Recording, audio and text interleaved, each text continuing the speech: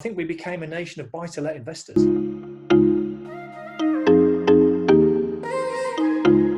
Kemi, hi, how are you doing? Hey, I'm good, thank you. Excellent. Really good to see you. And thanks so much for joining me, obviously, and obviously sharing your story with the Property Voice community once again. It's not the first time, obviously, but I think, I'm really looking forward to understanding quite a lot about you and your story and the inspiration hopefully that's going to give us also. Thanks for joining us today. Appreciate that. Oh, no worries. Thank you for having me. It's always great to talk to you, and hopefully we'll have a really good conversation and maybe some cool stuff will come out of it for Sure your it will. listeners. I'm sure it will. Always seems to when we get together. So what I'm tending to do at this point is really just talk about my guests and their story, kind of beginning to end. And so what would be really great is just to get a sort of a picture of your life before property.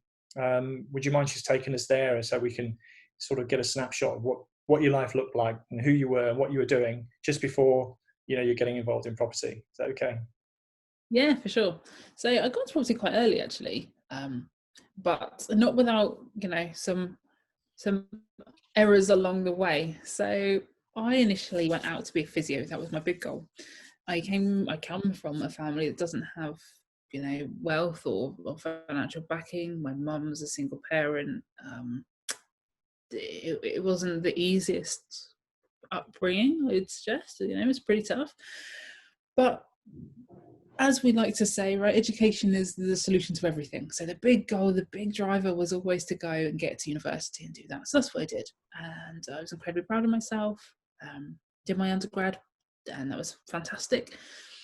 But it wasn't enough. It had to be something else, because the more you study, and then the next level, surely more money comes, or more this comes, or more that comes. And that was before, at the time, I knew that wasn't necessarily the case, and traditional education has its lacking. So did my undergrad, did my master's degree, and I went on and opened a private practice. And the reason that I'd opened a private practice, this is a recurring theme through my career, is that the NHS is just incredible. I will defend it to the ends of the earth. But in many ways, it has limitations. And a lot of those limitations are the ability to actually treat some people and get in there and help some people, because the financial constraints and everything else that goes along with it. The waiting lists are enormous. And then, there are some guidelines about how you interact with people. And the point is that you're not supposed to make people feel dependent on you to solve their problems. You're supposed to help them solve it themselves, which is fine. But if I knew that I could just get my hands in there and I could fix a problem, why wouldn't I? So I opened this private practice because I knew that if it was my business, I'd have some more control, and I could, treat some people without charging them. I could work with this, that, and the other, and I could give back in lots of different ways. And that's what I really wanted to do. Some of that comes from being younger and really sporty. I got hurt quite a lot, but my mum couldn't afford to have me seen by anyone. So I spent quite a lot of my youth in, various amounts of pain, and I was limited in some of the things that I was able to do and able to aspire to, because I just didn't have the support and the resources, and I didn't want that. I wanted, and I still want, people that want something to be able to get it. So I opened this private practice, and it was really great, to be honest. And I didn't know what I was doing. Kind of just opened the door one day, and on we went. But I built up a business, and I made some mistakes, and I learned as I went along. And then we were approached by an insurance company. So if you have a car crash and stuff, anyway, you get referred to get treatment. Okay. Yeah. In this case, we've been seeing a lot of people, and people have some really great results in our business. And they came to us and said, "Look, we want to send a huge amount of traffic, a huge amount of people to you. Is that okay? Can you send me a load of business?" Yeah, I'm okay with that. And then it was a bit later down the process. They said, "But here's the thing: the payment terms are going to be 90 days from the end of the treatment plan." Okay. Now, in average, a treatment plan. Mm-hmm. Okay. So treatment plan, the end of the treatment plan. So a treatment plan is usually 6 or 7 weeks. So you treat them for 6 or 7 weeks, then you can invoice them, then you get paid 90 days later. Right. So we're on for About what? 6 months. Yeah, 5-6 months at best, and that's assuming they then pay it on time. Yeah. So not ideal, but they're going to put a huge amount of money through the business. And at this point, I'm pretty young and I'm pretty naive, and we could kind of cash flow the business until these started to come in. So why not? It seemed like an opportunity. It didn't occur to me as well that a company that big would ever get into any trouble. So I didn't feel at risk. Yeah.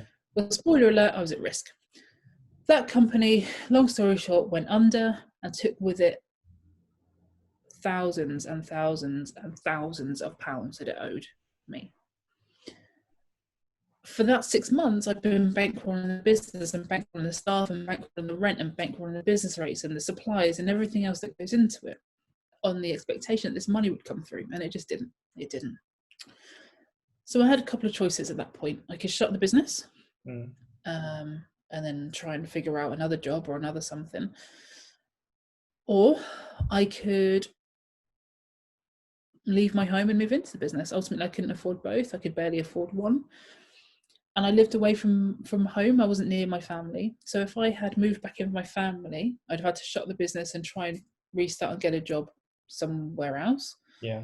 Still owing, by the way, that tenancy and all of the stuff that goes on, that doesn't go away because you shut the doors. That's right.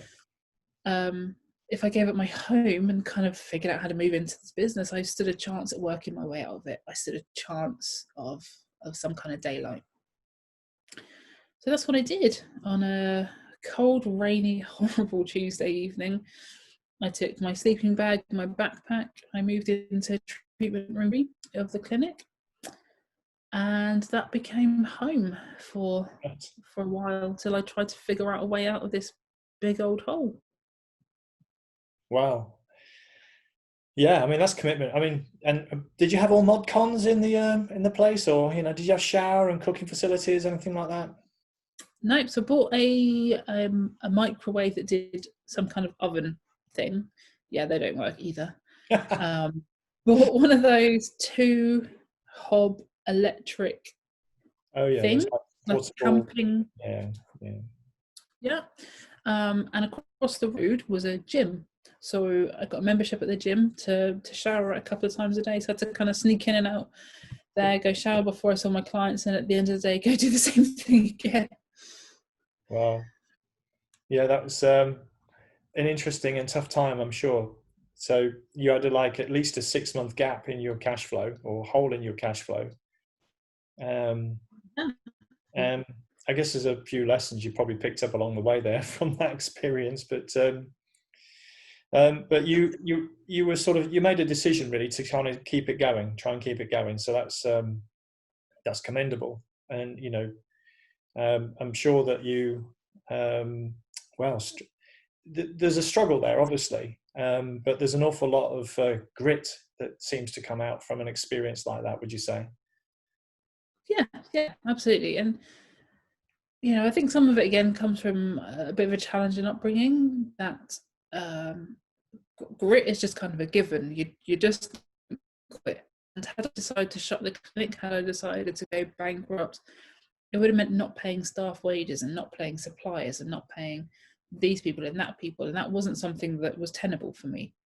So there had to be a better way, and the only way I could do that was to just work a bit harder and dig in a bit deeper and scrap and hustle and fight and find a solution. The solution didn't come from where I thought it would come. It came from property, but ultimately I found a solution. So yeah, grit is everything. Yeah, it is. So tell us then. So what? It's interesting. You said the solution came from a different direction, not what you were necessarily thinking it would do. So what happened? What was the light bulb moment, or what was the event or encounter?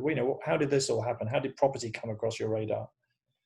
Yeah, so I've been working, in this situation for 3 or 4 months, and kind of doing every hour I could and every day I could, thinking there had to be a way forward, right? There had to be something would happen. But there just aren't that many hours a day. When you owe that much money, it doesn't matter how much you charge per hour, you're just not going to get it back. I couldn't work hard enough. One of my Patience actually is a very, very big developer. I didn't know this at the time, but I started to talk to him about some things, and he was like, "Oh, this is what I do," and because he would drive some nice cars, and his cars changed every couple of months, and his whole family worked there. And I'm like, this is interesting. So I started to talk to him a bit about it. And as he's kind of telling me some more bits and pieces of what he does, he left the clinic one day. I sat down at the laptop, at the computer desk, and just typed in how to make money quickly, I think. And again, some kind of property thing flashed up. And I was like, oh, interesting. What is it? And I clicked on, and it happened to take me to some landing page for an event, one of the free taster session thingies. And that's where I went. Now I'm going to say that with every caveat I can find, that property is not a get rich quick. It is not a Hail Mary. It is not a what is it? Not rich. It's not the golden goose or the golden egg or the golden something. It can be fantastic, and in my case, it did some amazing things. But if anyone's watching this, particularly now in such a challenging time, your back's against the wall, please smart decisions and do not buy into someone telling you that you can get rich quick in 30 seconds with no work from property. It's not true. That said, you got rich quick in 30 seconds through property, did you? Yeah. So, anywho, next day, problem solved. I went along to this thing. Yeah. Yeah. I went along to this thing and had some really interesting points to make. And I'm like, okay, if any of this is true, if anyone can make it work, I can. Not because there's anything special, but like you said, I've got the grit. I'm killing myself working every hour God sends as it is. I might as well do it on something that is going to be profitable. So I bought a basic package of something. I can't remember how much it was or what it was. I think it was about £1,000. And I got the basic information, and they talked about JV partners and this and that. So I'm like, okay, well, I get the principle of rent. I get the principle of passive income. I get that I can't work any harder. And I get that I need more cash. This seems to tick all those boxes. Do it. And off I went networking. I didn't know what I was doing. I didn't have a clue how it should be done. I didn't have a clue about any of this stuff, really. So I just went and I just did some stuff. And it worked. I got within about a year, got over £1 million in JV. Built a really nice portfolio off the back of that with none of mine in cash. Really quickly then pulled more deals than I knew what to do with. So had a really, really fast win turnkey investment side of the company.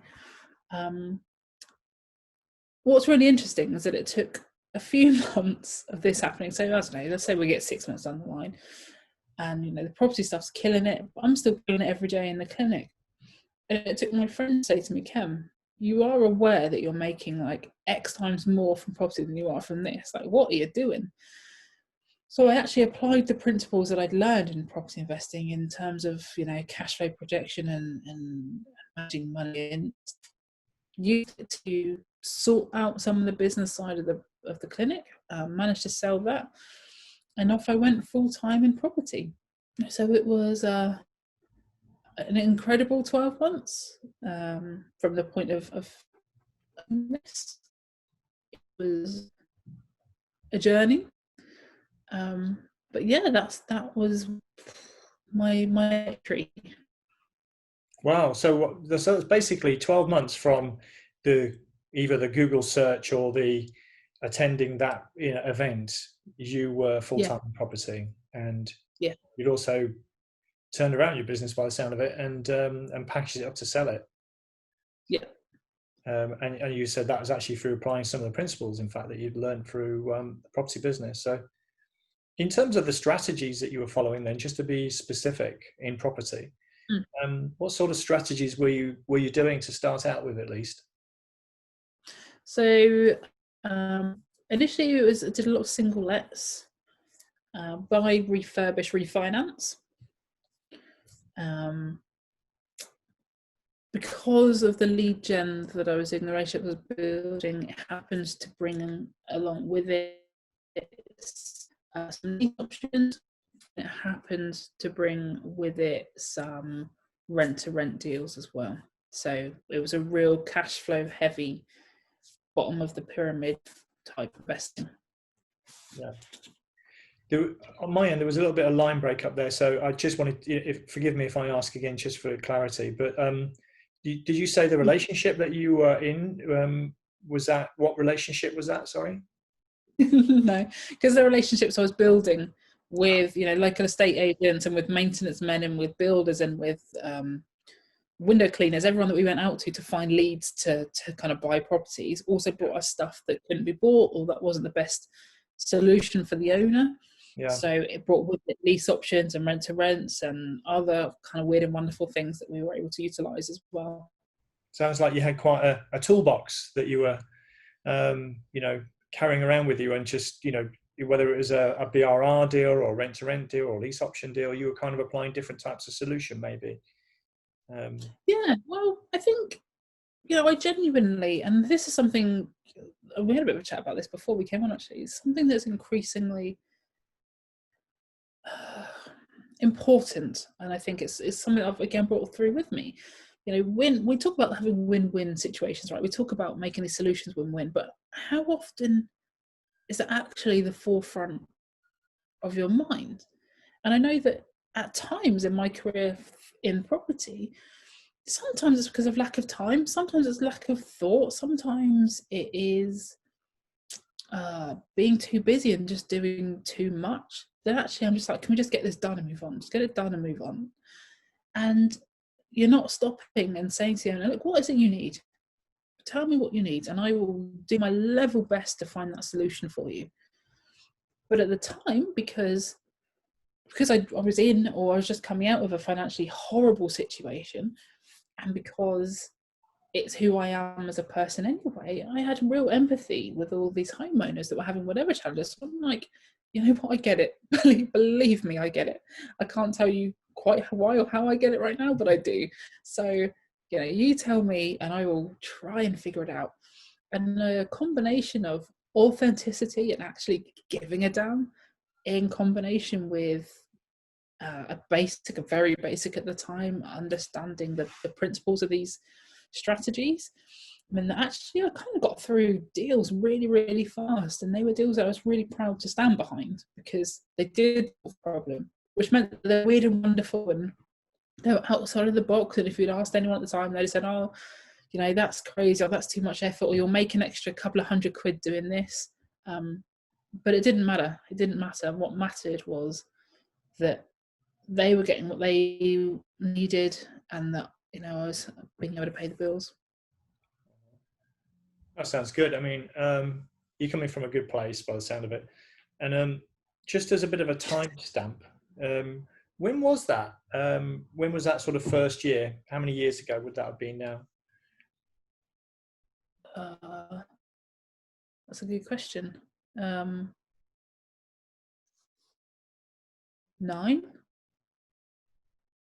10? 9 or 10 years ago. Am I wrong there? Yeah. Okay, that's cool. And so after the first year, then, what happened next? So you were full time in property by that point, and you didn't have the clinic anymore. So what did you do next? What was the next phase? What did that look like? The next phase was much of the same. At the time, I was investing a long way from my home, and just kind of kept going, really, just churning out. I think a couple of things happened at that point. The first was that I realised that I was actually making quite nice money and it was really fun. So I was like going for every deal there was, and I went absolutely hell for leather in the next year. And then I got to the end of that the second year, and I realised that actually life sucked a little bit.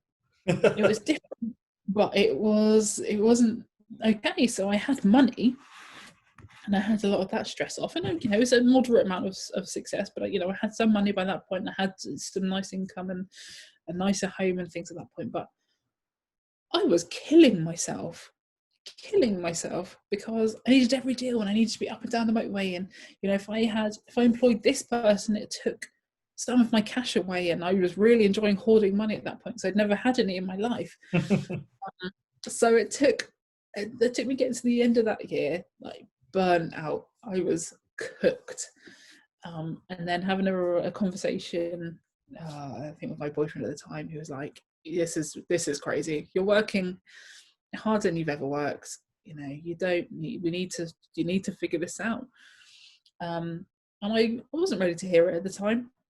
But it took me probably another 6 months of just killing myself to realise, to start thinking about why I got into this in the first place. It was, yes, it was because I was stuck. There's no cons about it. But it was also because I wanted a different lifestyle, and I wanted my family to have things, and I wanted to be able to spend some time and spend some money on my mum, and I wanted to do all these other things. I wasn't doing any of them. Yes, I was able to financially support and financially help, but I didn't see anyone. I missed birthday parties and Christmas parties and dinners and this and that because I was up and down this motorway. And that's something that I talk about a lot now. I talk about people that I'm kind of coaching or mentoring in property at the moment, is build the business that you want and that fits the lifestyle you want. Because I think if you look at what a lot of people would have you believe, what a lot of social media would have you believe, it's big as best, do more, and maybe do more. I didn't stop, let's not pretend this, I carried on, but I did it smarter. And then, I brought in a team, and I paid for people to do stuff that I didn't do. And yes, that has an impact on your profit margin initially, but actually you're able to scale, far quicker because you're not trying to be in 100 places. Yeah. And then you realise funny things like, I didn't want to read a contract. I didn't find them very interesting. So why don't I have someone else do it, and I can spend that time with my family? So the next phase was probably trying to align what it was I actually wanted, what I had to do to achieve that, and who I had to become to achieve that. Because I had to change from being the young entrepreneur to being a grown-up business owner, and that was hard. That was tough. What I was going to say, there's a couple of things you said there. I mean, there's actually quite a lot of stuff I just want to focus in on. I mean, you talked about the hoarding money stuff, and I think we all have like a money blueprint, and often it's influenced by our upbringing or various events that happen to us. So just kind of wanted to clock that. You talked about it. You were kind of hoarding money because you just come from this place of like hardship or lack, not necessarily short term by the sound of it. It sounds like it was for an extended period, so that's understandable. You also talked about you kind of wanted to have a business that fitted your lifestyle and allowed you to do certain things that you did, and you wanted to be more smart about it. Now the thing is this, what I'm identifying, and I think even now you say you want to have a grown-up business. How did these changes come about? How did you just wake up in the middle of the night in a cold sweat and go, this is what I need to do? Or, was there something else happening? Was there an external input? Or, how did that all happen? How do these changes come about? That's what I'm interested in. Okay. So, first of all, you're absolutely right about the money blueprint. And it's unbelievable just how ingrained these beliefs are in us. To the point that for a really long time, I kept hitting a financial ceiling. I couldn't get past this ceiling, and it didn't matter how hard I worked or whatever deals I got, I hit this ceiling, and I either like invested in something stupid, and it didn't ever lose it, but it didn't make any money, or I did something and I just couldn't get past it, and for me, it became that was the only number that I was comfortable being, because I don't come from a place of wealth, but I wasn't used to money. So that was a ceiling that I just couldn't break through until I became comfortable with the fact that I was earning money and had a business. So I would say to people listening, be aware of those things. They are way bigger and way more influential than we give them credit for, and I don't think it's talked about enough. And you'll see it as well with potential friends and family. If you have some success, and with it comes some nicer things, you might see a bit of discomfort from other people in being able to cope with the changes in you and in your life. And that's, in some ways it's part of the journey, but it's not easy. It's not easy. The other bit was about the changes. Did I wake up in a cold sweat? I mean, yes, many cold sweats. None of them brought the answer for me. No. No. I woke up, there are lots of times I wake up and thinking, this isn't the dream. When I did this, when I went on that taster session, when I did that course, they told me about financial freedom and I could do whatever I wanted. And this person stood up and said she went to a spa on Monday morning. Well, my diary is jam-packed. Like, I'm having to put in lunch to make sure someone's bringing me some food, otherwise I'll go hungry. I haven't seen my family. That's not what I wanted. And along the way, I've been really fortunate, and I've sought out lots of different mentors because I think lots of different people have different things to teach you. And for me, the same way as books, I don't tend to read books generically. I tend to try and read a book for the thing I wanted to learn. So I started reading Sam Carpenter's Work the System. I can't remember his name, something Verne, Scale Up. Good to Great and Built to Sell, I think, is it, Jim Collins. I was reading stuff around systemization. You've obviously got E-Myth, Michael Gerber, and it made clear to me that this was things that were way gone, hadn't even crossed my mind. And I think some of it, again, if you come from families where you have maybe staff or you have companies, or it's just conversations that you have that people do things for you, that's natural. But in mine, if you want something, you work for it. If you want more of it, you work a bit harder. And if you want more, you work even harder. And so I was kind of banging again to talk about our financial blueprint. I was banging my head against this brick wall, and like, I just got to keep working. And I had conversations with mentors that were like, you need to outsource the $20 jobs because then you can do $100. I'm like, or I can work harder. I can do the $20 and the $100, and then I've got $120. And it took a long time, and my health suffered, and I was burning out at a real rate to genuinely understand what it means. I got the words, I got the idea. I could never imagine that stuff would be taken care of and I wouldn't have to check up on it. That's just madness. No one can do it as well as me. Lovely little bit of ego in there.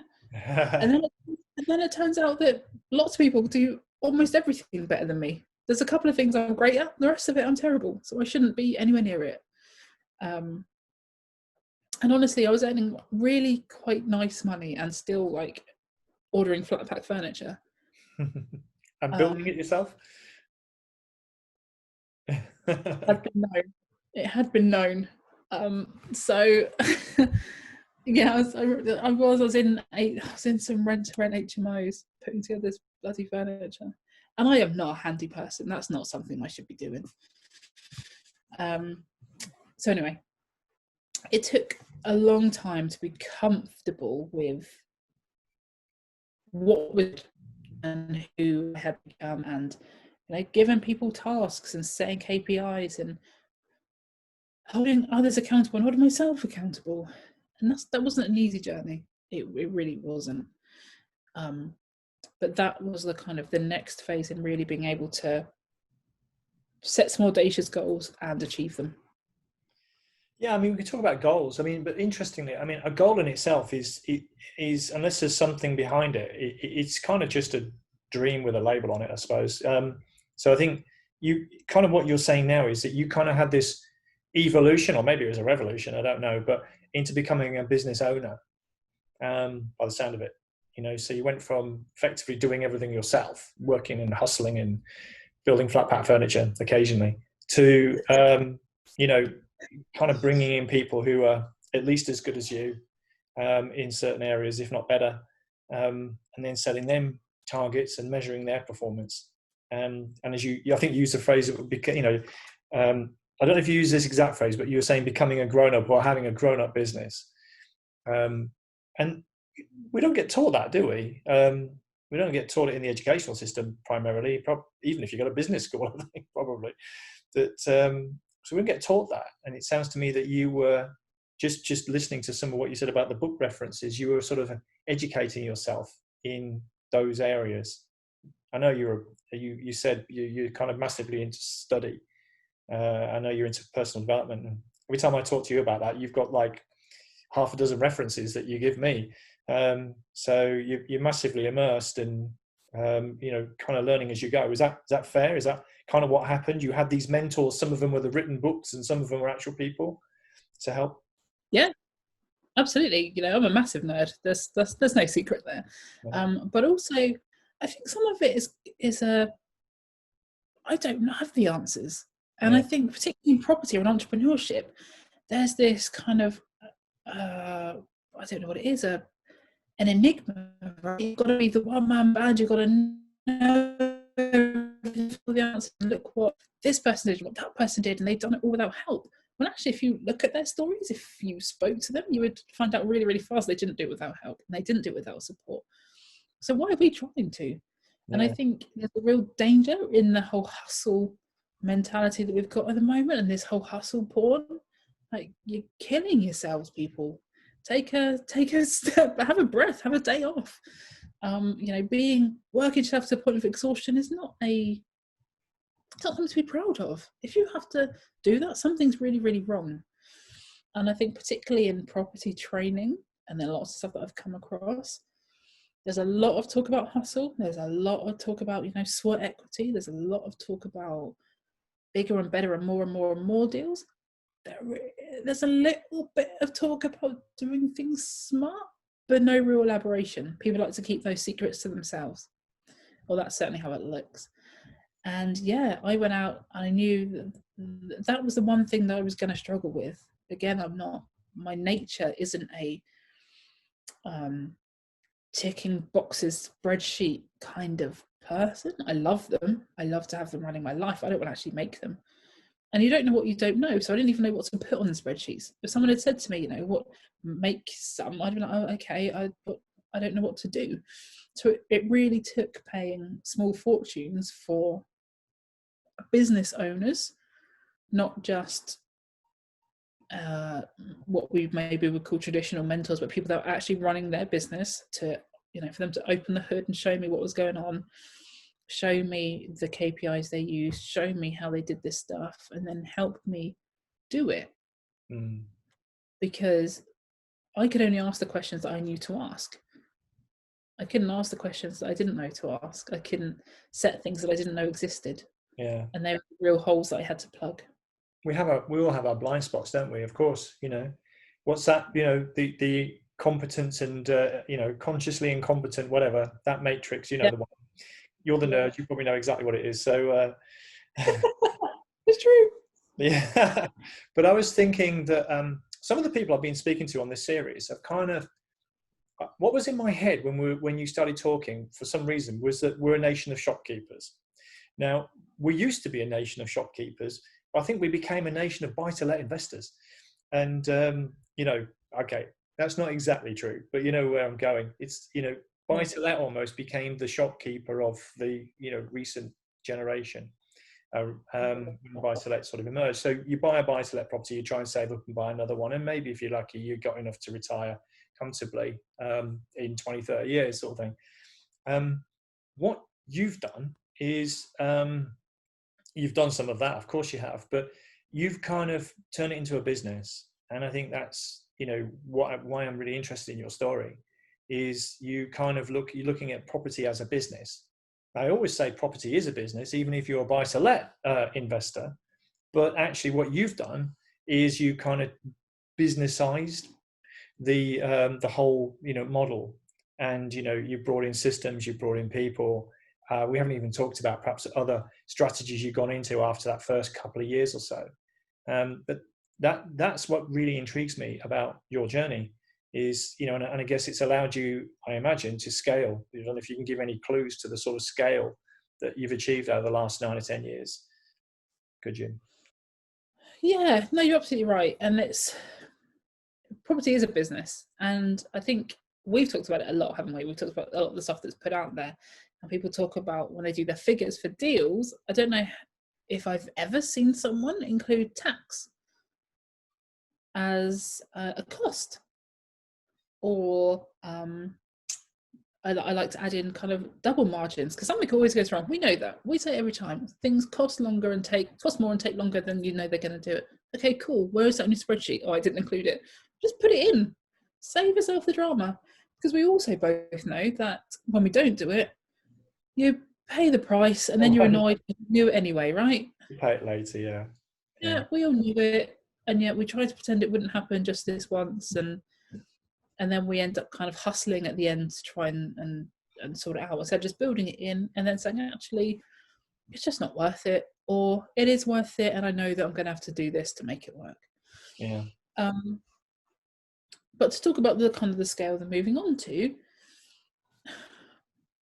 I can tell you that guy that was my patient that kind of introduced me in some ways to this has gone on to become a JV partner. Oh, wow. And we are looking at the moment at a project we haven't exchanged, so I have to be a little bit cautious, but it's a big old lump. Change the names to protect the innocent, Kemi. There. Yeah, that's right. It's a big old lump. It's it's 90 studio flats in a building.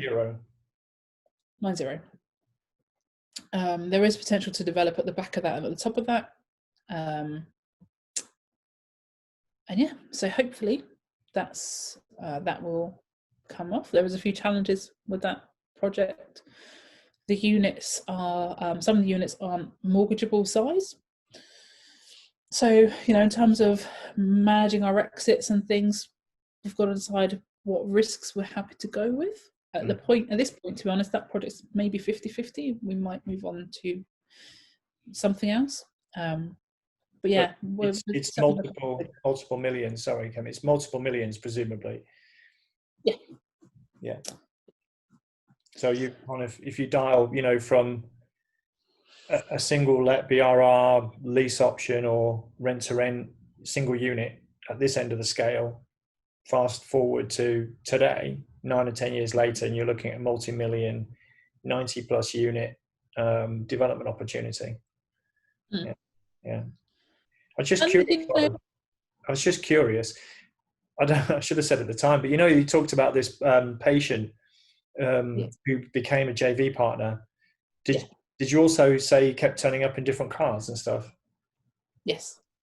I was just wondering if he was just getting in loads of accidents, and that's why he came as a patient. I don't know if that's. Do you know what? I mean, no, but he did have. So he had some very nice cars, and he had, you know, he's got some Bentleys, and he's a huge fan of Bentleys. I don't love them, but they were in the area that my business is in. They were pretty unusual, so they drew a lot of attention. But he also had some smart cars.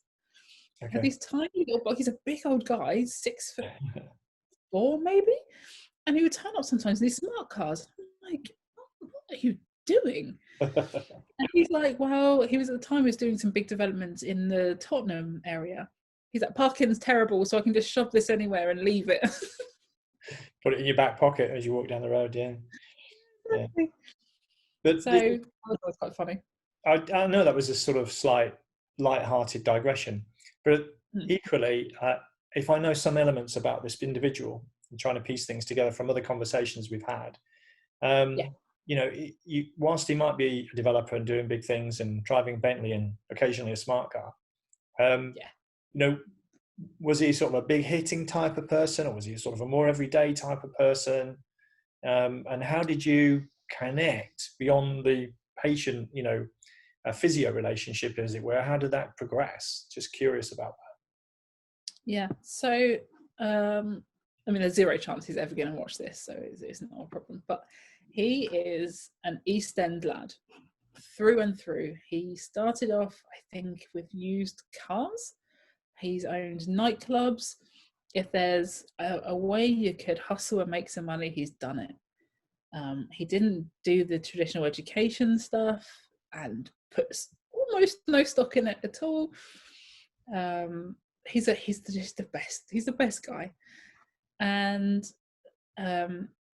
he was my first patient, and so I had a big glass side to this clinic, and this big guy comes down the side here, banged on the glass, opened the door. It's like, babe, have you got an appointment today? I was like, what? I've been waiting for ages for you to open. Have you got any appointments? I'm like, what time? And that's how our relationship started. And, you know, you wouldn't know, he's an incredibly wealthy man, incredibly wealthy. He's just completed a 900 home development that was pre-sold, actually pre-sold it to a council. But you wouldn't know it outside of his Bentleys, of course. He's he's fun, he's kind, he is rude in terms of, like, you know, he's got the bants, but you wouldn't know it. And so we just had conversations and we talked about some things, and I didn't really know what he did, but I knew he did some stuff, so occasionally I'd ask him for some advice. Yeah. You know, I had a bit of a problem with a staff member, so he's like, oh, you know, talk to my lawyer, they'll sort you out, I'll get a bit of a hand. And the relationship came from just that, from having a relationship. You know, I didn't, even when I knew what he was doing and I had started on the path, I didn't for a second envisage that he would be a JV partner, because, you know, why would he work with me? He doesn't need me for anything. Yeah. Anything he has, he can get, or anything he wants, he can get. But I had devalued quite dramatically my experience, my skills, the different things I bought, the fact that actually he just wants to work with a nice person. And when you're doing a lot of the big stuff that he's doing, and, you know, buying out shopping centres and stuff, maybe not everyone is that nice. And so he wants to work with a nice person. I've been talking, you know, and I'll be really honest in this. This is a big step up. You know, I've done some developments and stuff, but this is a big step up. And I had that conversation with him and said, look, you know, I haven't done 50, 60, 70,000 square foot. This is huge. And he was like, Kemi, you're never ready. No one is ever ready. So let's do it. You know, I've got the team, I've got the resources, I've done this. Just trust me and put in the work, deliver your side of this job, and it will be okay. And that was, I think, probably something that I've learned in the last year, maybe. It's quite a recent learning, and I know, again, we've talked about this quite a lot, but you often wait, I think. You wait for people to give you permission. You wait to feel ready for stuff. You wait for the right time to step up levels. No one's going to give you permission. It's never the right time. You just got to do it. And, you know, we're working on a project at the moment, right? And it's a nice little lump. Yeah. And again, I'm going to be cautious, but a lot of what we're bringing to this, again, is our skills and our experience and our knowledge and our ability to take something from, oh, you could do that with that, to this is how you do it, A to Z. And if that works, we will benefit from that. If we can get the deal over the line, we'll benefit from that quite nicely. No one told us it was okay to do that, but we understand the value that we can bring to these projects. And the marketplace will value, in my experience, your skills way more highly than you will value them yourself. Yeah. So if you're looking for BD partners, don't undervalue yourself. Don't wait for someone to tell you what you're worth. Yeah, such a good lesson. I mean, how long was it then between banging on the door, hey babe, to you know, becoming a joint venture partner? What was the time interval, would you say? So the year that I shut the practice, we spoke And he came to me and said, what are you up to? Like, what sort of deals are you doing? And I told him about these houses, and they were up north, so little houses.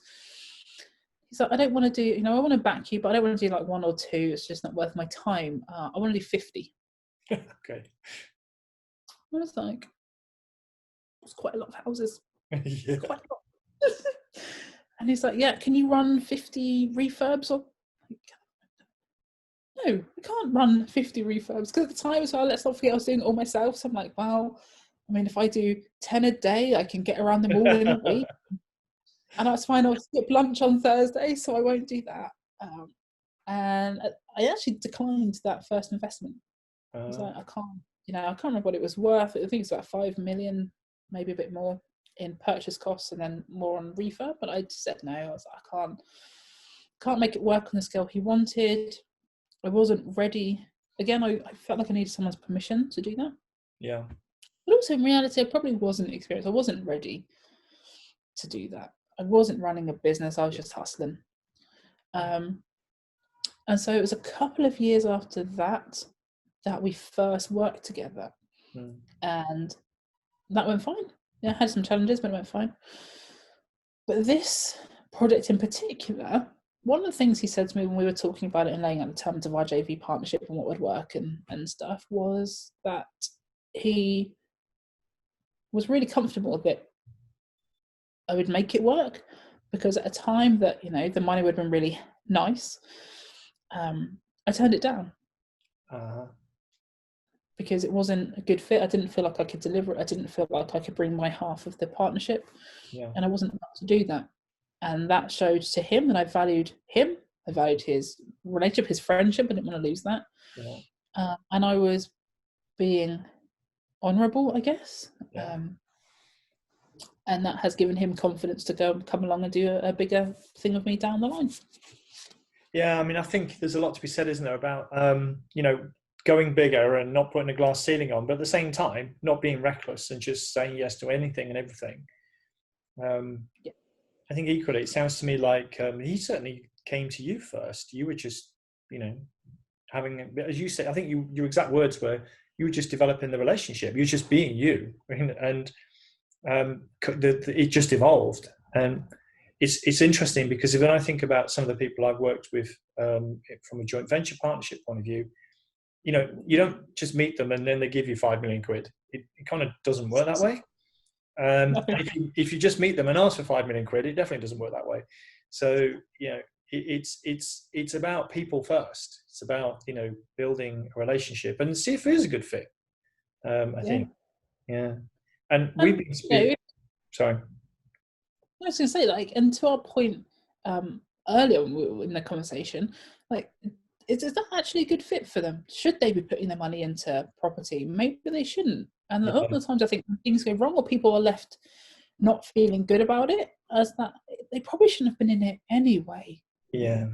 I get a lot of people that come to me and they say, I need to get my cash out of this deal. Who are your kind of, what do you think my options are with this? The project's gone slower than I thought it would be, in terms of, so they're the private investor and they've partnered with someone that's doing the development.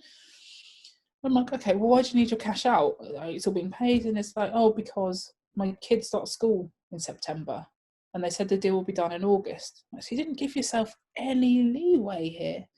That was never a good fit.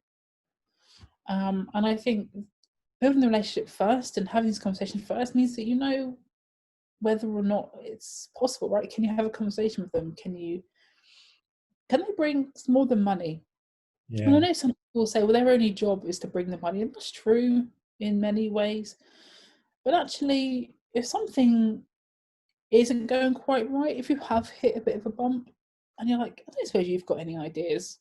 Have you come across any of this in your working life, in your experience, blah, blah, what do you think about this?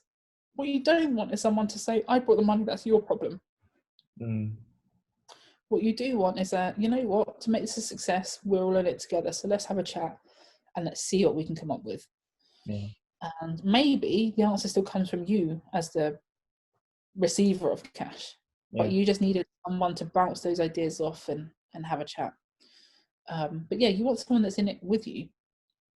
There's a couple of things there, really important. I think the first thing is the responsibility on us as the recipient of funding? And you've kind of said it in a couple of ways now, because you said no to what would have been probably quite a life-changing amount of investment the first time. Then, just touching on the point of, well, this isn't whatever this is, isn't for everyone. If you've got all your life savings and it's earmarked for something very personal to you, like school fees or for building your own home or whatever, retirement, is it because of property and nature property projects in particular is unpredictable, to say the least. So, maybe, and they've got a clear timeline and it's all of their money and they've got a specific use for it earmarked, then, we should advise, really, we should take the lead, because sometimes not all the people coming to us are sophisticated, frankly. So, with this type of matter, and so maybe they think, oh, I can make quite a lot of money in property. They've heard about it. If I give you my money, can you give me some decent returns? Well, yeah, we can, but the reason they've got decent returns is they carry some risk, and it's some unpredictability about it. So even if I'm guaranteeing you a fixed rate, there's still some unpredictability about my project potentially. So I think it's really important to highlight the responsibility that we have. And I think equally, I agree with you what you say about partnership. So even if it's just a money exchange, I'll invest with you and I want this return, and even if it's a fixed rate and it's a fixed point in time and they're not really that involved, it is more of a passive investment. Because of the nature of what we're involved in, there is there's a likelihood that we'll have a communication at some point. That I've found some of the people working with me now most closely have actually really added value in a number of different ways. And I don't pretend to know everything. And so they've really added value, all sorts of things, like, I'm just going to go and research some, structures about a limited liability partnership. Would that be okay? Yeah, that's okay. Crack on. I've got some ideas about, use of SaaS pension funding because I've got one and I'm rubbing shoulders with people who've got them. Would it be okay if, I shared that with you? Yeah, that's okay. So they're bringing value to me as well. So anyway, I digress. So it's a responsibility part, and it's this partnership. I know partnership is a thrown out phrase, but I think, and it can mean different things to different people. So it might be a small P partnership sometimes, but the ability to collaborate. So I just really want to underline that point. Sorry for laboring it, but I know you see it the same way from conversations we've had. It's hugely important, and it really is undervalued. And I did a JV quite early days with someone I didn't actually like that much, to be honest. And I'm not convinced they liked me.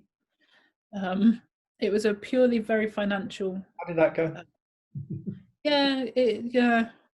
I mean, it went fine, but it was a long 9 months. And, every time my phone went off, I was like, oh, I don't want to answer this. And there was a slight delay with remortgaging. I can't remember what the challenge was at that point. It was something, I can't remember. But there'd been a slight delay with remortgaging. And it wasn't a disaster. It was like 7-8 weeks because I had to get some work redone or something redone. And in normal terms, it wouldn't have been a problem. But because the friction was already kind of there and it was already a little bit laboured, it just made it unbearable and unnecessarily so. And that's a lesson that I've learned. Apparently I didn't learn it right away. I did it a couple more times because it was the early days, and it was the times I was hustling, and I thought you had to take on every deal. Right, we talked about this before. But it was when I learned to say no that things got much better, and I started really enjoying what I do. And this this JV partner of mine, he isn't for everyone because his language is lively. And he's a lively guy, and I'm a bit of an introvert, so I'm not that loud. So it's quite an odd yin and yang situation. But he gives me so much energy. He's so full of life. He's so funny that I really look forward to talking to him. even when I know that he's going to challenge me, even when I know that, you know, I've let some of my inhibitions or my fears or my baggage or whatever it is, and I haven't pushed something, I haven't negotiated hard enough, I haven't done this hard enough or to a standard that he would like. Even when I know that conversation is not necessarily going to be comfortable, he's not going to give me a pat on the head and say well done, I don't mind the chat, because he's got my best interests at heart, I've got his, and I really want the project to work. We want to work together. You know, I don't need him, he doesn't need me. We're choosing to do this. Yeah. He could go to other people, I could go to other people, and we want to, and that's a pretty special thing to be doing. Yeah, I can imagine. I mean, just thinking about, you know, drawing some conclusions and maybe thinking about just piecing some of these elements together. So much you've been talking about, and so much I could talk about, but just maybe start to think about, well, you talked there about some of what you've learned, but, you know, what have you learned across the last 9 or 10 years that you could sort of summarize for people listening to this and watching you?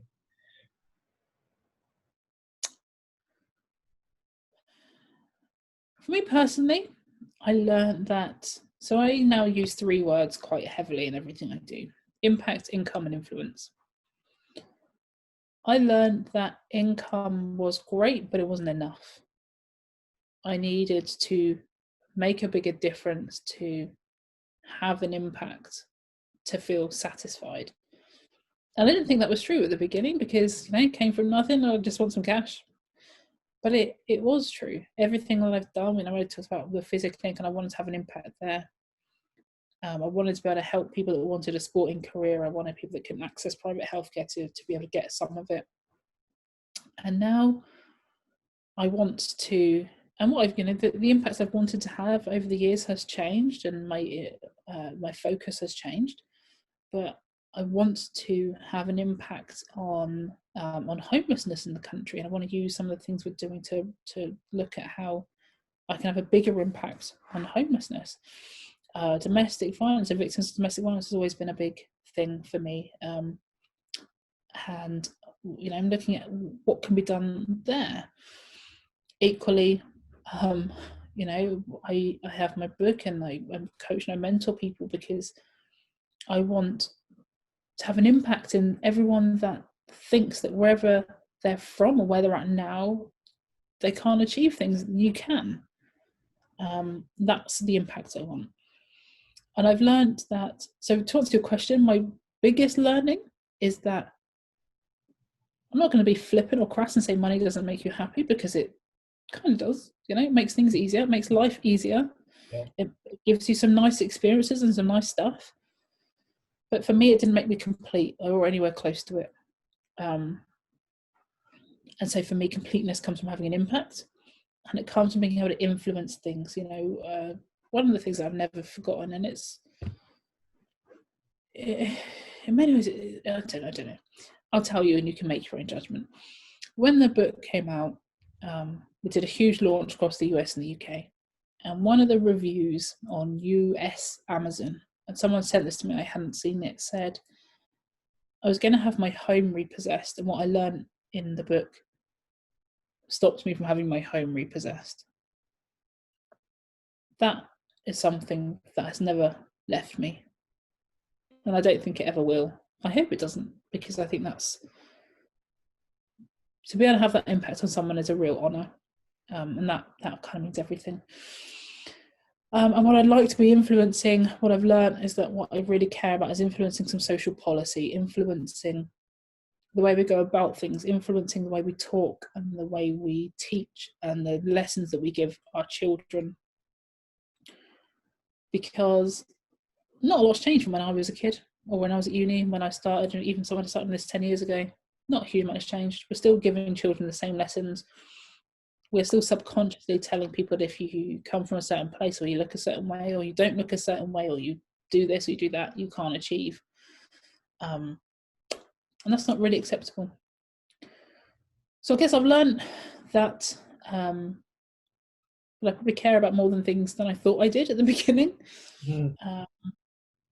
I've learned that people and relationships are everything. And rightly and wrongly, it's perfectly fine to say, we're not a great fit. That's not a problem. That there are millions of people, 7 billion people on the planet. Be a great fit with someone else, that's okay. And I've learned that you're never ready for the next step. You never feel ready. Just do it. Take all the precautions you can, learn everything you can, get as good people around you as you can, but you'll figure it out. Just take the next step and don't wait to be given permission. Permission won't come. I love the permission thing. I mean, the what's the phrase? Is it's easier to seek forgiveness than it is for permission.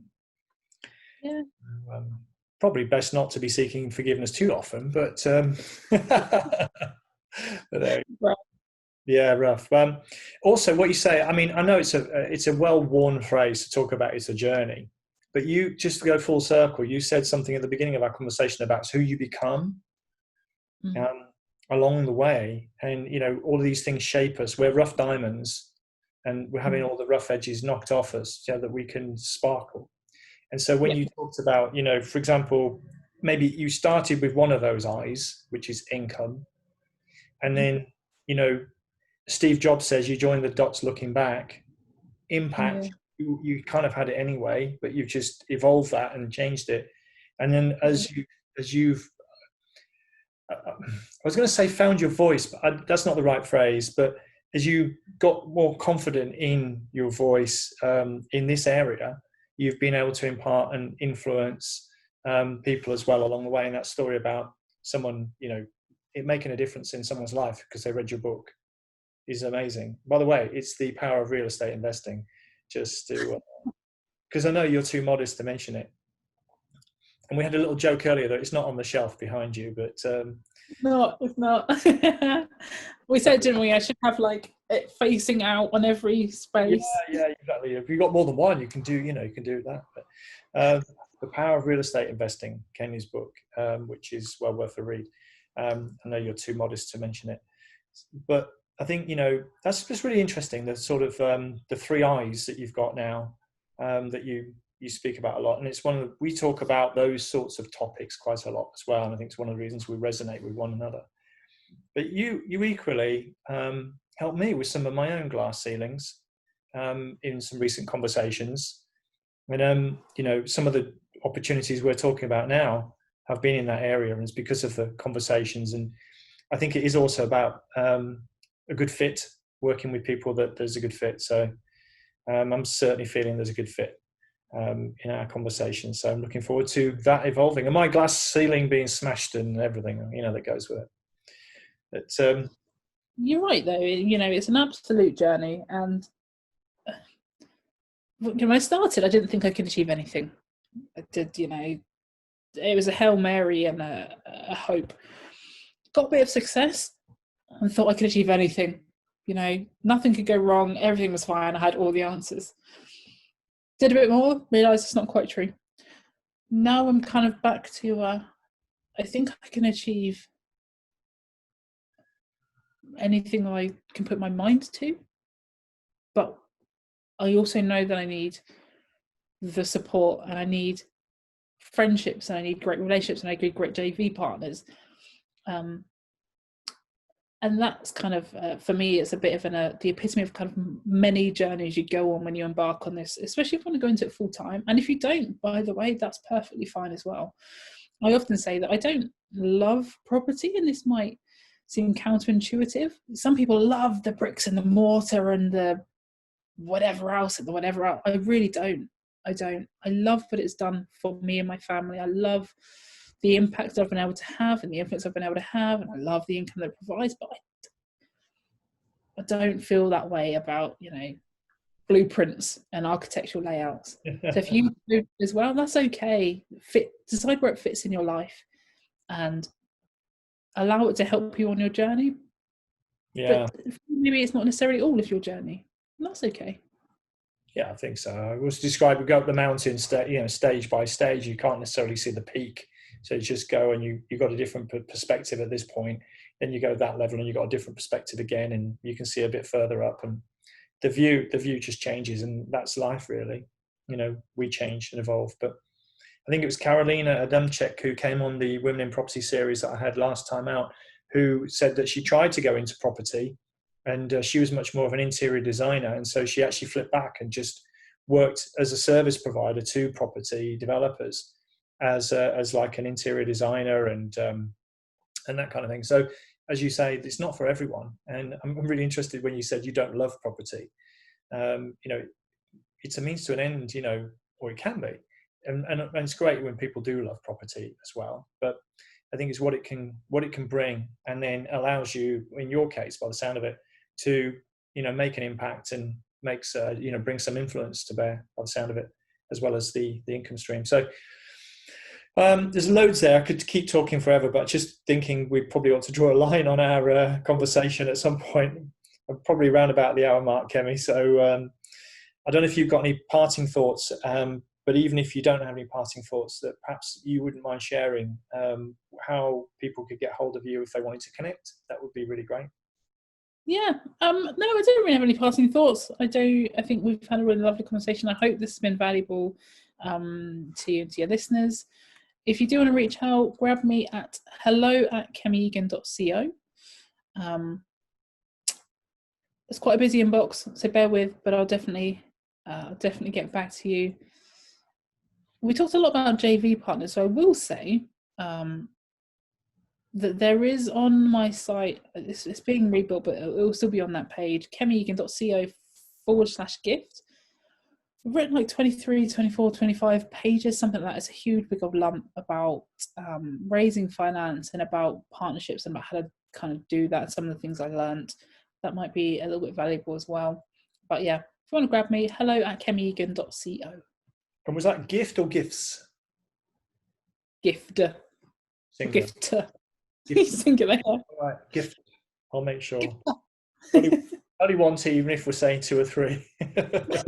Right. Okay, perfect. Kemi, it's always a pleasure. Thanks so much for coming. Yeah, you're definitely one of the real people. I think people are going to get a lot out of just, you know, listening to what you've shared with us today. I really appreciate it and value it. Thank you once again. My pleasure. Thanks very much, Rich. You're welcome. Take care.